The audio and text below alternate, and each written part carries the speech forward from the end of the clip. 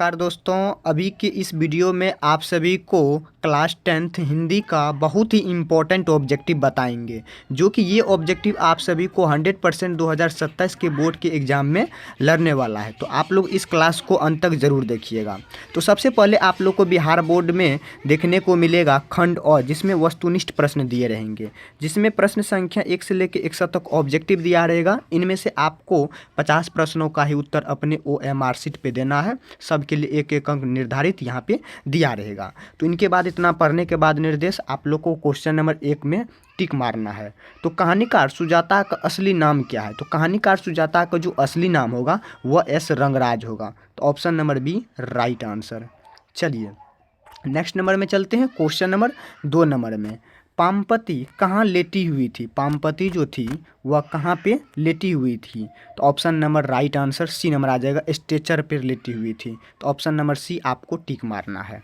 Next question number 3 number में, रात में रोशनी जलती रहने से इसे नींद नहीं आती, यह किसने कहा था? किसने कहा था? तो ऑप्शन नंबर डी आ जाएगा, माँ ने कहा था। चलिए 4 नंबर क्वेश्चन, दही वाली मगम्मा शीर्षक कहानी में रास्ते में क्या है? तो दही वाली मगम्मा है ही है, ठीक ना, और उसके रास्ते में क्या है?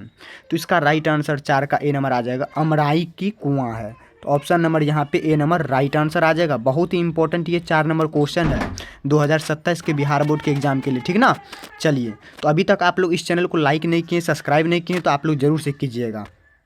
चलिए 5 नंबर क्वेश्चन देखिए, बहुत ही इंपॉर्टेंट है, ठीक ना। तो 5 नंबर क्वेश्चन है, मगम्मा की बहू का क्या नाम था? मगम्मा जो थी उनकी बहू का क्या नाम था? तो ऑप्शन को भी साथ साथ पढ़ते चलिए, वजम्मा, नजम्मा, सजम्मा, विलम्बा। तो 5 का राइट आंसर बी नंबर आ जाएगा, नजम्मा नाम था। तो option number B right answer. Next question number 6 number में, सात कोरी होता का जन्म कब हुआ था? सात कोरी होता का जो जन्म हुआ था वह कब हुआ था? तो ऑप्शन नंबर सी आ जाएगा, 29 अक्टूबर 1829 को हुआ था। तो option number C right answer. Next question number 7 number में, हल किराए पर लेकर बीघे भर जमीन में खेती कौन करवाई थी? हल जो था वह किराए पर लेके और बीघा, 1 बीघा 20 कट्ठा बराबर 1 बीघा होता है, उसकी जो खेती करवाई थी वह किसने करवाई थी? तो ऑप्शन नंबर डी आ जाएगा, लक्ष्मी ने करवाई थी, ठीक ना। तो याद रखिएगा, बहुत ही इंपॉर्टेंट ये क्वेश्चन है, 7 नंबर क्वेश्चन। नेक्स्ट चलिए क्वेश्चन नंबर 8 नंबर में, ईश्वर पेटलीकर किस भाषा के लोकप्रिय कथाकार हैं? ईश्वर पेटलीकर जी जो हैं वह किस भाषा में ज़्यादातर लोकप्रिय कथाकार हैं? ऑप्शन ए नंबर में गुजराती, उड़िया, कन्नड़, पंजाबी। तो 8 का ऑप्शन नंबर ए आ जाएगा, गुजराती, ठीक ना। तो ऑप्शन नंबर ए आपको टिक मारना है। नेक्स्ट क्वेश्चन नंबर 9 नंबर में, माँ जी किसे गौशालों की उपमा देती थी? गौशालों मतलब क्या होता है जानते हैं आप लोग? जिसमें गाय भैंस और को रखी जाती है उसी को कहते हैं। उसमें जो उस माँ जो देती थी उसे किसे देती थी गौशाला में? तो ऑप्शन नंबर बी आ जाएगा, अस्पताल को दिया करती थी। तो ऑप्शन नंबर बी आपको सही आंसर मारना है। नेक्स्ट क्वेश्चन नंबर 10 नंबर में, कौन महीना माँ जी का आशा भरना महीना था? कहने का मतलब हुआ कौन ऐसा महीना था जिसमें माँ जी का आशा भरा महीना रहता था, आस भरा? पूस या माघ या अगहन या कार्तिक। आप लोग देखे होंगे अपने गांव में दादी और को देखे होंगे, वह कहता होगा, आप लोग जनवरी फरवरी और न जानते होंगे, पुरानका लोग सब माघ फागुन चैत बैसाख इस प्रकार से जानते होंगे। आप लोग को समझ में नहीं आता होगा तो आप लोग उससे पूछते होंगे ये क्या होता है पूस माघ, ठीक ना। चलिए, तो ऑप्शन नंबर अगहन मारना, अगहन में उसको क्या आता था? आशा भरा महीना याद रहता था। चलिए क्वेश्चन नंबर 11 नंबर में, नाना काना साहब अब कहाँ है? नाना काना साहब जी जो थे अब वह कहाँ पे रहने लगे? पहले कहाँ थे, अब कहाँ पे हैं? तो ऑप्शन ए नंबर में ताजिकिस्तान या बलूचिस्तान में या हिंदुस्तान में या पाकिस्तान में। तो 11 का डी नंबर आ जाएगा, पाकिस्तान में, ठीक ना। तो ऑप्शन नंबर डी बिल्कुल ही राइट आंसर आ जाएगा।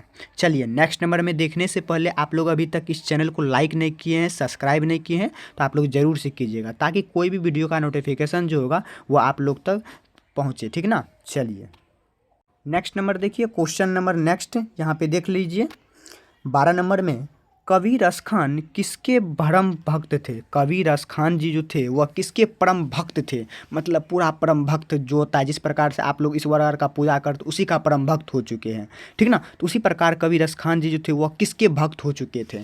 तो ऑप्शन नंबर यहाँ पे ए नंबर आ जाएगा, कृष्ण जी का यहाँ पे भक्त हो चुके थे। आप लोग को भी बनना है, ठीक ना। चलिए 13 नंबर क्वेश्चन देखिए, कवि रसखान किस छंद में सिद्धांत थे? कवि रसखान जी जो थे वह किस छंद में सिद्धांत थे? तो 13 का राइट आंसर बी नंबर आ जाएगा, सवैया। क्या आ जाएगा? सवैया। तो option number B right answer. Next question number 14 number में, प्रेम आइनी श्री राधिका शीर्षक छंद किस ग्रंथ से संकलित है? तो यहाँ पे राइट आंसर ए नंबर आ जाएगा, प्रेम वाटिका से संबंधित है। तो ऑप्शन नंबर ए आपको सही मारना है।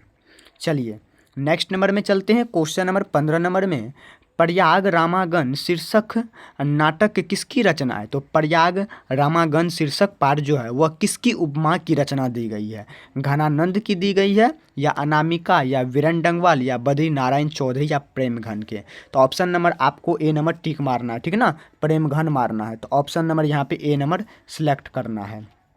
चलिए नेक्स्ट क्वेश्चन नंबर 16 नंबर में, हिंदुस्तानी नाम सुने अब ये संकुची लाजता, भारतीय सब वस्तु ही सो ये है घिनाता, ठीक ना। यह पंक्ति किस कविता से ली गई है? तो यह पंक्ति जो है यह स्वदेशी से ली गई है पंक्ति, ठीक ना। तो ऑप्शन नंबर यहाँ पे ए नंबर राइट आंसर आएगा। चलिए नेक्स्ट नंबर में चलते हैं। क्वेश्चन नंबर 17 नंबर में, सुमित्रा नंदन पथ का जन्म कब हुआ था? सुमित्रा नंदन पथ जो था उनका जन्म आपको बताना है। देखिए हिंदी हुआ, ये आपका इसमें ईस्वी और वाला ज़्यादातर आप लोग फंसिएगा, तो आप लोग को फंसना नहीं है, उसको एक कॉपी में लिखिएगा ईस्वी और वाले का, जिसका जन्म पहले हुआ है उस सब के बारे में आप लोग को रट के घोर के पी जाना है, ठीक ना, भूलना नहीं है। तो हिंदी और में आप लोग को सिर्फ यहाँ पे पूछेगा उसका कवि का नाम क्या है, उसका जन्म कब हुआ था, वह कहाँ पे मतलब रहते थे, इस चीज़ के बारे में वो सब पूछेगा। तो 17 का ऑप्शन नंबर बी आ जाएगा, 1900 ईस्वी में सुमित्रा नंदन जी का जन्म हुआ था। चलिए 18 नंबर क्वेश्चन देखिए, कवि दिनकर के अनुसार कौन सोने का ताज पहनकर इठला रही है? तो कहने का मतलब हुआ कवि दिनकर जी के अनुसार कौन सोने के ताज पहनकर इठला रहती है? तो 18 का सी नंबर राइट आंसर आ जाएगा, देश की मिट्टी, ठीक ना। तो ऑप्शन नंबर यहाँ पे आ जाएगा सी नंबर राइट आंसर। देखिए आप लोग पढ़िएगा ना ऑब्जेक्टिव को तो बहुत ही शानदार तरीका से याद भी हो जाएगा, ठीक ना। हम आपको सिर्फ सुनना है आपको बैठ के, ठीक ना, या तो कॉपी में लिखते भी चलिए। चलिए 19 नंबर क्वेश्चन देखिए, दिनकर के काव्य का मूल स्वर क्या है? तो दिनकर जी जो हैं उनके काव्य मूल स्वर क्या है? तो श्रृंगार है, श्रृंगार मतलब आप लोग जानते होंगे सज सवर के, ठीक ना, रहस्यवाद, प्राकृतिक और सौंदर्य, औज एवं राष्ट्रीय चेतना। तो 19 का ऑप्शन नंबर डी आ जाएगा, योज एवं राष्ट्रीय चेतना है। तो ऑप्शन नंबर डी राइट। चलिए 20 नंबर क्वेश्चन को देखिए, तो हिंदी के आदि कवि कौन है? तो हिंदी के जो आदि कवि माने जाते थे वह कौन है? तो सहरपाद है, या अज्ञेय, या दिनकर, या पथ। ये भी बहुत ही इंपॉर्टेंट है, ठीक ना। अब की बार ये क्वेश्चन पूछा गया था 2026 में, हो सकता है आप लोग को 2027 के एग्जाम में बाय चांस पूछ दिया तो यहाँ से आप लोग का क्लियर हो जाता है ऑब्जेक्टिव, ठीक ना। तो 20 का ऑप्शन नंबर सहरपाद आ जाएगा, हिंदी के आदि कवि माने जाते थे। चलिए नेक्स्ट 21 नंबर क्वेश्चन देखिए, तो यहाँ पे वह औरों को नहीं अपने को सुधार रहा है, कहने का मतलब वो आप लोग देखे होंगे गांव समाज में किसी को मार रहा है तो कोई उसको ताना दे रहा है, क्यों मार रहे हैं? वह देखिए वो अपने को सुधार रहा है, ना कि आपको, ठीक ना। यह किस स्वर्ग नाम का उदाहरण? इस स्वर्ग नाम में आपको बताना है किस स्वर्ग नाम का उदाहरण हुआ, ठीक ना। चलिए बताइए, तो ऑप्शन नंबर ए आ जाएगा, निजवाचक का है। तो ऑप्शन नंबर ए राइट है। चलिए नेक्स्ट नंबर में चलते हैं। क्वेश्चन नंबर 22 नंबर में, सुनीता रो रही है किस काल का उदाहरण? तो काल कितने प्रकार के? 3 प्रकार के, वर्तमान, भविष्य और भूतकाल, ठीक ना। तो वर्तमान में क्या होता है? अभी जो हम आपको पढ़ा रहे हैं ये वर्तमान काल में हुआ। भूतकाल में कब हुआ? जब आपका क्लास खत्म हो जाएगा, ठीक ना, सीधा तौर पे समझिए, वह भूतकाल में होगा। भविष्य काल में क्या हुआ? हम कल किस चीज़ पे वीडियो बनाएंगे और आप लोग किस चीज़ पे लेना चाहेंगे, ठीक ना।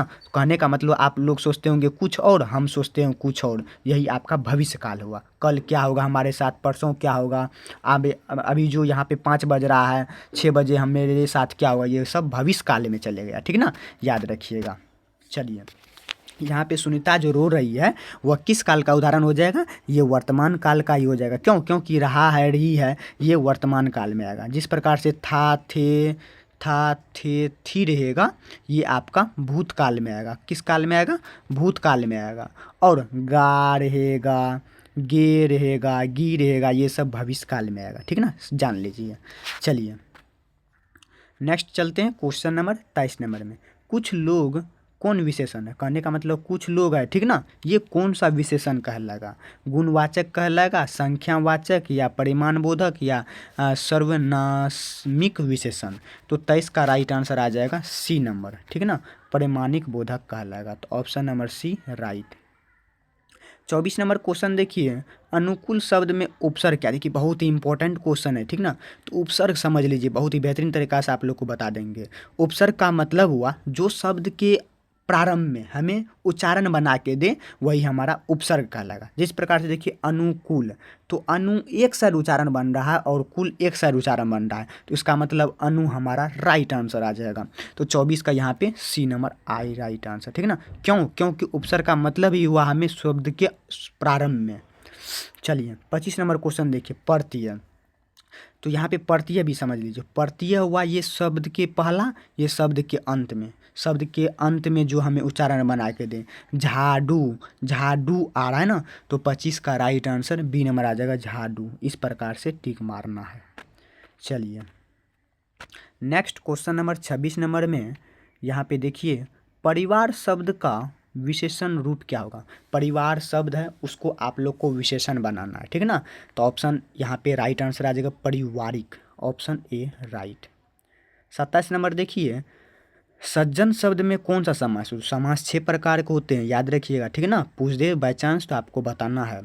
तो हो सकता है कोई टीचर हो या कोई आपके बड़े भाई, कोई हो सकता है पूछने वाले, तो आप लोग को बताना देना है, ठीक ना, बता देना है। तो सज्जन शब्द में कौन सा समास हो जाएगा? बी नंबर आ जाएगा, कर्मधारय समास। 28 नंबर में देखिए, परिश्रम ना करने वाले छात्र अच्छे अंक नहीं पाते। कहने का मतलब हुआ हम जो अभी परिश्रम करके आप लोग को पढ़ा रहे हैं, तो हमें अच्छा अंक मिलेगा, हमें अच्छे मुकाम पे जाना है, इसलिए हम मेहनत कर रहे हैं। अगर जो ये मेहनत नहीं करेगा उसको क्या होगा? अच्छा अंक नहीं मिलेगा, वो आगे चल नहीं पाएगा। इस प्रकार से यह रेखांकित में क्या शब्द बनेगा? तो 28 का सी नंबर आ जाएगा, पदवंद शब्द बनेगा। चलिए नेक्स्ट नंबर चलते हैं, 29 नंबर क्वेश्चन। लोकप्रिय व्यक्ति का सम्मान सभी करते हैं, किस वाक्य का उदाहरण है? तो किस वाक्य का उदाहरण है? तो मिश्र वाक्य का उदाहरण है, ऑप्शन बी। 30 नंबर क्वेश्चन, निम्न में शुद्ध वाक्य कौन है? तो निम्न में से शुद्ध वाक्य जो होगा ए नंबर आ जाएगा, हमारी सौभाग्यवती कन्या का विवाह होने जा रहा है। तो ऑप्शन नंबर ए राइट। ठीक है ना, बहुत ही इंपॉर्टेंट ये सब क्वेश्चन है जो कि आपको याद रखना है। चलिए 31 नंबर क्वेश्चन, उपकार शब्द का लिंग। लिंग भी 2 प्रकार का, 3 प्रकार का, ठीक है ना। लिंग 2 प्रकार का, स्त्रीलिंग पुल्लिंग, एक उभयलिंग भी होता है, ठीक है ना। ये तो उपवाद में हुआ। तो उपकार, आप लोग किसी का भलाई कर रहे हैं, ठीक है ना, उपकार मतलब उपहार दे रहे हैं, तो यह जो हो जाएगा ये पुल्लिंग शब्द हो जाएगा। 32 नंबर देखिए, लोगों ने चोर को मारा, यह किस कारक का उदाहरण है? चोर को मारा, तो चोर क्या हो गया? यहाँ पे कर्म कारक हो गया। कोई काम कर रहा था इसलिए उसको लाठी डंडा से मारा गया, तो कर्म कारक हो गया, कर्म। 33 नंबर देखिए, लेखक शब्द का स्त्रीलिंग रूप लेखिका आ जाएगा। तो 33 का यहाँ पे डी नंबर आ जाएगा, लेखिका। ठीक ना, इस प्रकार से आप लोग को टिक मारना है। तो अभी की इस क्लास में आप सभी को ये जितना ऑब्जेक्टिव बताया गया, ये ऑब्जेक्टिव अगर याद कर लेते हैं, रिमेंबर कर लेते हैं, रिवाइज कर लेते हैं, तो आप लोग को कहीं पे भी दिक्कत नहीं होने वाला, ठीक ना। 2027 के एग्ज़ाम में जो भी हमारे प्यारे छात्र होंगे या छात्राएँ होंगे, एग्ज़ाम देंगे बिहार बोर्ड में, उनको कहीं पर भी दिक्कत नहीं होगा। तो आप लोग इस क्लास को अंत तक ज़रूर देखिएगा और अपने दोस्तों और साथी तक ज़रूर से शेयर कीजिएगा। चलिए मिलते हैं आप लोग को नेक्स्ट वीडियो में नेक्स्ट टॉपिक के साथ।